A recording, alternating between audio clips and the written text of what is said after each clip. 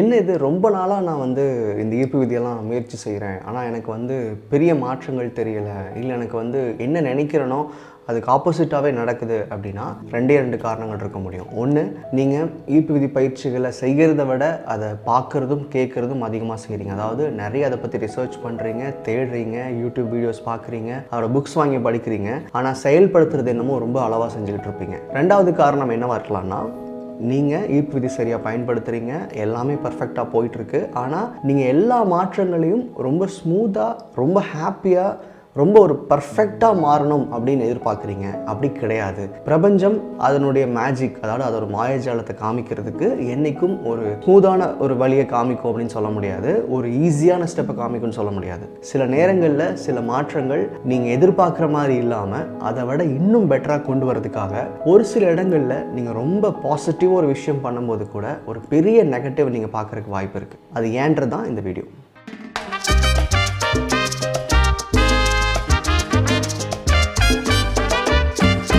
இப்போது ஈர்ப்பு விதியை எதுக்கு நம்ம பயன்படுத்துகிறோம் அப்படின்னா, நம்ம எண்ணங்களுக்குள்ள நம்ம என்ன எதிர்பார்க்குறோமோ அந்த எதிர்பார்ப்புக்கு தகுதி இல்லாத எண்ணங்கள் நிறையா வச்சுருக்கோம். அதாவது நம்ம கான்ஷியஸில் லிமிட்டிங் பிலீஃப்ஸ்ன்றது அதிகமாக வச்சுருக்கோம். இன்றைக்கி ஒரு கோல் எடுத்துக்கிட்டு முயற்சி செஞ்சுட்டு இருக்கீங்க, அந்த இடத்துல அதை அடையணுன்ற ஆசை உங்களுக்கு இருக்குது, அது கிடைச்சா வாழ்க்கை எவ்வளோ நல்லா இருக்குன்னு உங்களுக்கு தெரியும். ஆனால் அது அடையிறதுக்கு உண்டான தடைகளை மனசில் வச்சுட்டு இருக்கும்போது நம்ம எடுக்கிற முடிவுகள் இல்லை நம்ம அணுகிற எல்லா சந்தர்ப்பங்களுமே நமக்கு எதிராக இருக்கிற மாதிரி நினச்சிக்கிட்டே இருக்கும். அப்புறம் முயற்சியை செய்யும் போது தடைகள் வர்றதோ இல்லை வந்து ஒரு முயற்சியில் வந்து ஒரு பெரிய ஒரு சப்போர்ட் கிடைக்காம இருக்கிறதோ நார்மலாக நீங்கள் எதிர்பார்க்குற எண்ணங்கள் தான். நமக்கு இப்படி நடந்துருமா, இல்லை நமக்கு இந்த மாதிரி நடந்தால் என்ன பண்ணுறதுன்ற கவலைகளை நீங்கள் கொண்டு அதை மேனிஃபெஸ்ட் பண்ணுறீங்க. அப்போது எதிர்பார்ப்புகளுக்கு எதிரான விஷயங்களை வாழ்க்கையில் நம்ம பார்க்குறோம். ஆனால் இந்த ஈர்ப்பு விதியை பயிற்சி செய்யும் போது என்ன ஆகுது அப்படின்னா, இந்த லிமிட்டிங் பிலீஃப்ஸ், அதாவது நம்மளால் வந்து இதெல்லாம் செய்ய முடியாதே அப்படின்னு நினைக்கிற விஷயங்களை கூட உங்களோட இலக்குகள் பெருசாக வச்சுக்கிட்டு இந்த ப்ராசஸ் செய்யும்போது அந்த லிமிட்டிங் பிலீஃப்ஸ் உடைய ஆரம்பிக்குது. இன்றைக்கி வந்து என்னுடைய தகுதி மாதம் 30,000 தான் சம்பாதிக்க முடியும் அப்படின்னு நீங்கள் ஒரு முடிவு பண்ணி வச்சுருப்பீங்க. அது உங்கள் பாஸ்ட் எக்ஸ்பீரியன்சஸ் மூலமாக, உங்கள் படிப்பின் மூலமாக உங்களுக்கு ஏற்படுற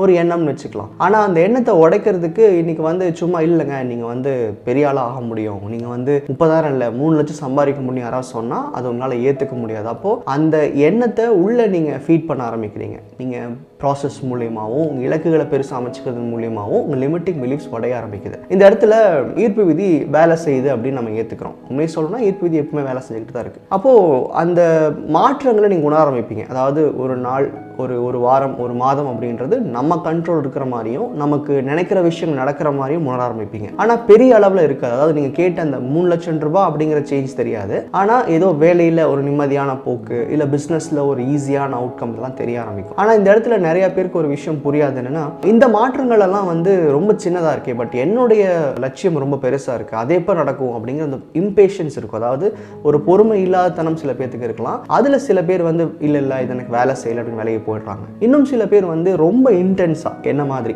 ரொம்ப இன்டென்ஸாக அந்த ப்ராசஸ் பண்ணும்போது மாற்றங்கள் தெரியுது, வாய்ப்புகள் காமிக்குது. ஆனால் ஒரு சில நேரங்களில் நம்ம என்ன எதிர்பார்த்தோமோ அப்படியே அதுக்கு ஆப்போசிட்டாக ஒரு பெரிய ஒரு நெகட்டிவ் சுச்சுவேஷன் கிரியேட் ஆகும் வாய்ப்பு இருக்குது. இது வந்து எனக்கு மட்டும் இல்லை, என்னை மாதிரி முயற்சி பண்ணிட்டு இருக்க நிறைய பெரிய உங்களுக்கே கூட ரொம்ப பாசிட்டிவாக இருக்கேன், ரொம்ப நான் வந்து ஹோப்ஃபுல்லாக இருந்தேன், இது நடந்துடணும்னு நினச்சேன். மேபி ஒரு எக்ஸாம்பிள் சொல்லணும்னா, இந்த இன்டர்வியூ நான் வந்து அடைஞ்சிருவேன் நினச்சேன், இந்த எக்ஸாம் நான் பாஸ் பண்ணிடுவேன் நினச்சேன், நான் ஒரு 3 மாதம் 4 மாதம் இந்த ப்ராக்டிஸ்லாம் பண்ணிகிட்டு இருக்கேன், ஏன் எனக்கு நடக்கலை, எங்கே நான் தப்பு பண்ணியிருக்க முடியும்னு கேட்பீங்க. நீங்கள் ஒரு வேளை நீங்கள் ப்ராசஸை வந்து சரியாக பண்ணியிருந்தீங்க, நம்புறீங்க, நான் வந்து சரியாக நன்றி எழுதியிருக்கேன், அஃபர்மேஷன் கேட்டிருக்கேன், நான் வேண்டான்னு சொல்லி உங்கள் வாழ்க்கையில் விளக்க சொன்ன விஷயங்கள் எல்லாத்தையுமே விளக்கியிருக்கேன், நான் ரொம்ப ஃபோக்கஸ்டாக தான் இருந்தேன், ஐம் வெரி ஷுர் அப்படின்னு நினச்சிங்கன்னா உங்களுக்கு நடந்த அந்த நெகட்டிவ் கூட நல்லது தான் நான் சொல்லுவேன். இப்போது நடக்கிறதெல்லாம் நல்லதுக்கே நீ ஏற்றுக்க முடியாது. ஒரு வேளை நீங்கள் ப்ராக்டிஸ் சரியாக பண்ணலை, எனக்கு வந்து அப்பப்போ டிஸ்ட்ராக்ஷன்ஸ் வந்துச்சு, நான் தேவையில்லாத ஃப்ரெண்ட்ஸ் கூட சுற்றிட்டு இருந்தேன், என்னோட எண்ணங்கள் நிறைய நெகட்டிவ் நான் உருவாக்கிட்டு இருந்தேன், படம் பார்த்தேன், டிவி பார்த்தேன் அப்படின்னா இனிமேல் இந்த வீடியோ சொல்ல போகிற விஷயங்கள் உங்களுக்கு கண்டிப்பாக மேட்ச் ஆகாது. இதை சரியாக ஃபாலோ பண்ணுறவங்களுக்கு மட்டும் இது பொருந்தும். ஒரு முயற்சியை செய்யும் போது உங்கள் வாழ்க்கையில் ஒரு கம்ப்ளீட்டாக அது நெகட்டிவான ஒரு விஷயமா மாறுது அப்படின்னா கண்டிப்பாக அதை நீங்கள் ஏற்றுக்கோங்க. எப்படி ஏற்றுக்கிறது? ஒரு எக்ஸாமில் ஃபெயில் ஆகிருக்கேன், ஒரு வேலை போயிருக்கு, ஒரு பிஸ்னஸில் லாஸ் ஆகிருக்கு, எப்படி ஏற்றுக்கிறது அப்படின்னா இதுக்கு யூனிவர்சல் லெவலிருந்து யோசிச்சிங்க, அதாவது பிரபஞ்சத்தோடைய பார்வையிலேருந்து யோசிச்சிங்கன்னா, நீங்கள் ஒரு முயற்சி செய்கிறீங்க, உங்களுக்கு ஒரு 30 வயசோ 20 வயசோ இருக்குது, அந்த 20 வயசுக்கு உண்டான நாலேஜை வச்சு தான் அந்த முயற்சிகளை செய்கிறீங்க, உங்கள் எண்ணங்களை வச்சு தான் அந்த முயற்சிகளை செய்கிறீங்க, உங்களுக்கு அந்த அளவுக்கான அறிவு இருக்குது. ஆனால் நீ போகிற ஃபேஸில், அதாவது நீ போகிற வேகத்தில் ஓடினேன்னா உன்னால் மாற்றங்களை பார்க்க முடியாது. நான் பிரபஞ்ச சக்தியாக இருந்து பார்க்குற அந்த அளவில் பார்த்தா நீ ரொம்ப மெதுவாக போயிட்டுருக்க. நீ சொன்னால் கேட்க மாட்டேன்ற. நீ சொல்கிற எனக்கு இந்த மாதிரி ஒரு பெரிய லைஃப் ஸ்டைல் நான் இருக்கணும், எனக்கு வந்து ஒரு பெரிய கார் இருக்கணும், இல்லை எனக்கு வந்து ஃபினான்ஷியலி ரொம்ப ஃப்ரீடமாக இருக்கணும்லாம் சொல்கிறேன். ஆனால் நீ செஞ்சுட்டு இருக்கிற வேலை மூலமாக அதை நீ அடைய முடியாது. நீ அதை மாற்றவும் மாட்டேன்ற. அப்போ நான் என்ன பண்ணுறேன், வேலை சம்மந்தப்பட்ட உன்னுடைய வாழ்க்கையில் இருக்கிற பிரச்சனைகள் உனக்கு அதிகம் காமிக்கிறேன். அப்போ தான் நீ இந்த வேலையை விடுவேன். உன்னை எப்போ நான் தள்ளி விடுறனோ அப்போ தான் வந்து நீ ஓடுவேன்றத பிரபஞ்சத்தோட பார்வையில் நீங்கள் புரிஞ்சுக்க ஆரம்பிக்கணும். அப்போது பெரிய மாற்றங்கள் எதிர்பார்க்குறோம், ஆனால் அதுக்கான செயல்கள் இல்லை, அதுக்கான வழிகளை நீங்கள் அமைச்சிக்காமல் இருக்கீங்க அப்படின்னா, அதாவது ஆக்ஷன் வைஸில் அதிகம் எதுவும் செய்யாமல் இருக்கீங்க அப்படின்னா, அந்த இடத்துல நீங்கள் பிரபஞ்சத்தால் தள்ளிவிடப்படுவீங்க. அப்போ தள்ளிவிட்டு என்ன ஆகும், இன்னும் கொஞ்சம் வேகமாக ஓடுவீங்க. இன்றைக்கி வரைக்கும் நான் கம்ஃபர்டபுளாக இருக்கேன், எனக்கு இருக்கிற வேலை இருக்குது, சம்பாரிச்சிட்டு இருக்கேன், ஃபஸ்ட்டு இன்றைக்கி பொழப்ப பார்க்கலான்னு சொல்லி இன்றைக்கி இருக்கிற அந்த ஃபினான்ஷியல் நீட்ஸ்க்காக மட்டுமே ஓடிக்கிட்டு இருப்பீங்க.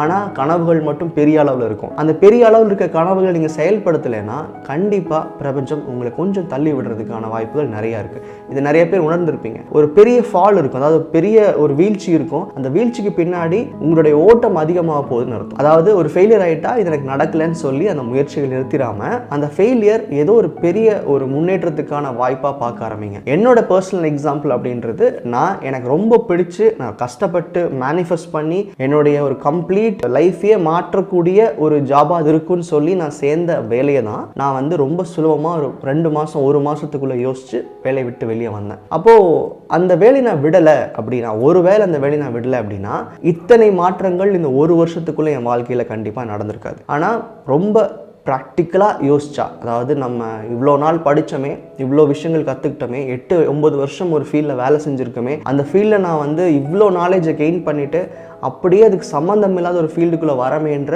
அந்த எண்ணத்தினால தான் நான் வந்து வேலையை விடாமல் ரொம்ப கம்ஃபர்டபுளாக அங்கேயே இருந்தேன். ஸோ இவ்வளோ பெரிய ஒரு பேர்டன் என் பின்னாடி இருக்குது, இவ்வளோ பெரிய நாலேஜ் என் பின்னாடி இருக்குது, நான் எப்படி அதை விட்டுட்டு வர்றது? அப்போது அந்த மாற்றம் நடக்கலைன்னா நான் எதிர்பார்க்குற முன்னேற்றங்கள் கிடைக்காதுன்றது என்னோட பிரபஞ்சத்தின் பார்வையில் தெரியும். அதாவது பிரபஞ்சம்ன்றது நீங்கள் தான், உங்களுக்கு புரிய வைக்கிறதுக்காக நான் பிரித்து பேசுகிறேன். அப்போது இந்த ஒரு நோக்கத்தினால நீங்கள் எடுக்கிற முயற்சிகளில் நீங்கள் சீக்கிரம் ஜெயிக்கணுன்றனாலையும் ஒரு சில இடங்களில் நீங்கள் தள்ளிவிடப்படுவீங்க.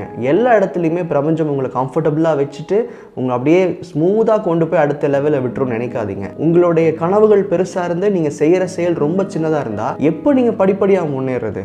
அப்போது உங்கள் இலக்குகள் ரொம்ப பெருசாக இருக்கும்போது ஒரு 5 ஸ்டெப் 6 ஸ்டெப் ஒன்றா ஜம்ப் பண்ண வேண்டியது வரும். நீங்கள் பண்ண மாட்டீங்க, அப்போ தள்ளிவிடும் யூனிவர்ஸ். ஸோ அப்படி ஒரு விஷயம் தான் நீங்கள் வந்து ரொம்ப இன்டென்ஸாக ப்ராக்டிஸ்லாம் பண்ணுறேன், ரொம்ப ஃபோக்கஸ்டாக இருக்கேன், என்னை மட்டும்தான் கவனிக்கிறேன், என் வாழ்க்கையை மட்டும்தான் கவனிக்கிறேன், இருந்தும் ஏன் எனக்கு இந்த ஒரு நெகட்டிவ் சுச்சுவேஷன் வந்துச்சு அப்படின்னா நீங்கள் பிரபஞ்சத்தால் தள்ளிவிடப்பட்டிருக்கீங்க. அதாவது இன்னும் கொஞ்சம் முன்னாடி வேகமாக போகணும் தள்ளிவிடுற மாதிரி, நீங்கள் மெதுவாக நடக்கக்கூடாதுன்றதை கான்ஷியஸ் உங்களுக்கு காட்டுதுன்னு புரிஞ்சுக்கோங்க. ஒரு நிரந்தரமான மாற்றம் அப்படின்றது தான் நம்ம எதிர்பார்த்து போகிறோம். ஆனால் நீங்கள் ஸ்லோவாக ஓடக்கூடாதுன்றது தான் இந்த இடத்துல பிரபஞ்சம் உங்களுக்கு புரிய வைக்குதுன்னு புரிஞ்சுக்கோங்க. என்றைக்கும் வந்து ஒரு ப்ராக்டிஸ் இருக்கும்போது அதுக்கான மாற்றங்கள் கிடைக்கிற வரைக்கும் அந்த ப்ராக்டிஸை தொடர்ந்து செய்யணும். முக்கியமாக லா ஆஃப் அட்ராக்ஷன் மட்டும் கிடையாது, ஒரு எக்ஸாமுக்கு படிக்கிறதா இருக்கட்டும், ஒரு டிகிரி வாங்க முயற்சி பண்ணுறதா இருக்கட்டும், இல்லை ஒரு வேலைக்கான முயற்சி பண்ணுறதா இருக்கட்டும், நார்மல் இதுலேயே நம்ம கிடைக்கிற வரைக்கும் அது ஓடி ஆகணுன்றது தான் இம்பார்ட்டன்ட். அதே மாதிரி தான் எண்ணங்களை மாற்ற நீங்கள் விரும்புகிறீங்க அப்படின்னா இவ்வளோ பெரிய நாலேஜை ஒரு வயதுக்கு உண்டான அந்த ஒரு நாலேஜ் உள்ள வச்சுருப்பீங்க, அது எல்லாத்தையும் உடைச்சு அங்கிருந்து உங்களை வேறு ஷேப்பில் மாற்றி உங்களுக்கு வேறு வழியை காமிக்கும் போது சின்ன சின்ன அன்கம்ஃபர்டபுள் சுச்சுவேஷன்ஸ் வரும். ஆனால் அதை விட உங்கள் வாழ்க்கையை மாறுறதும் உங்களுக்கு கிடைக்கிற சந்தோஷம் ரொம்ப பெருசாக இருக்கும். நிரந்தரமான மாற்றங்கள் ஏற்படுத்தும் போது ஒரு சில அடிகள் விழும். அது நீங்கள் எங்கே நடக்கும் அப்படின்னா நீங்கள் ரொம்ப ஸ்லோவாக ஒரு ஆக்ஷன் எடுக்காமல் கனவுகளை மட்டும் பெருசாக வச்சுட்டு இருந்தீங்கன்னா அது நடக்கிறதுக்கான வாய்ப்புகள் இருக்குது. ஸோ இந்த நெகட்டிவான சுச்சுவேஷன்ஸ், அதாவது ரொம்ப பாசிட்டிவாக இருக்கும்போது நெகட்டிவாக நடக்குதே அப்படின்னு சொல்லி யோசிக்காதீங்க. அந்த நெகட்டிவ்க்கு பின்னாடி நீங்கள் பெரிய அளவில் முன்னாடி போயிட்டு இருக்கீங்கன்றது மட்டும் புரிஞ்சுக்கோங்க. நன்றி.